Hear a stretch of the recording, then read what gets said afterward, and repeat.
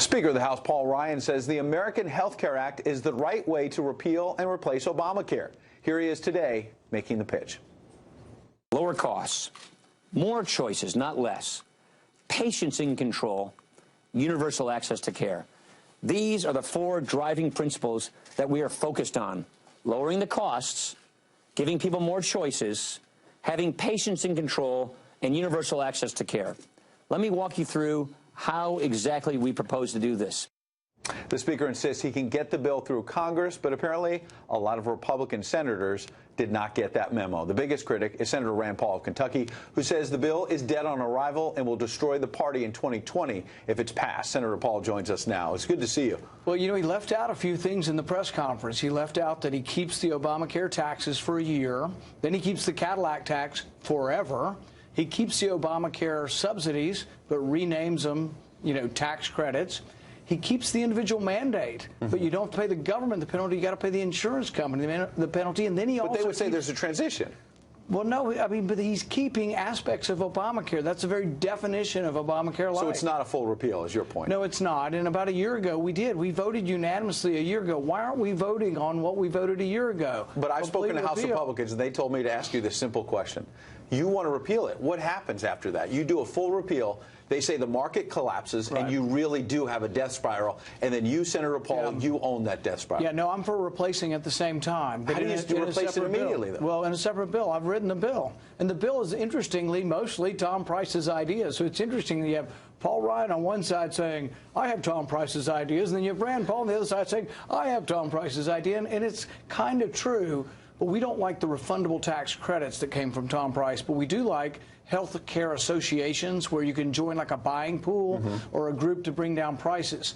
This is part of the answer because the 11 million people in the individual market, their premiums are going through the roof. So you got to let them join a buying pool. But House Republicans say the premiums are going to spike even more once you repeal it altogether. Well, that's why you replace it. And what you replace it with are market reforms. We get rid of the mandates, which I think Paul Ryan would agree with. You expand health savings accounts, and then you expand health care associations. These associations are like co-ops or buying pools. All great ideas, but House Republicans also tell me that you can't get to 60 votes with that, so it's not going to go anywhere. You know, I can't be blamed if somebody won't vote for something. It's not a bad idea. But how do you bring Democrats in, is their point, to get to 60 votes? Well, we have to convince people that it's a good idea, and we bring it forward. But the problem is they've brought forward things that are very controversial and that conservatives don't like. Conservatives hate their bill. I promise you, Obamacare Light, dead on arrival. They might as well just start over. You're hearing other voices. I'm not the only voice saying this.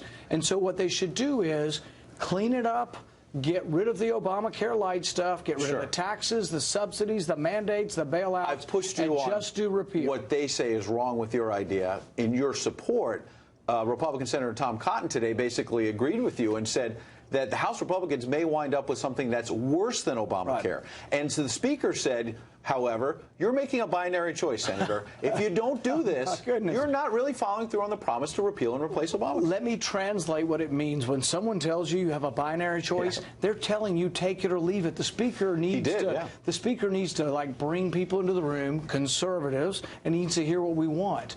We are withholding our vote. This is a message for the Speaker. We are withholding our vote. We want a seat at the table, and it's not a binary choice.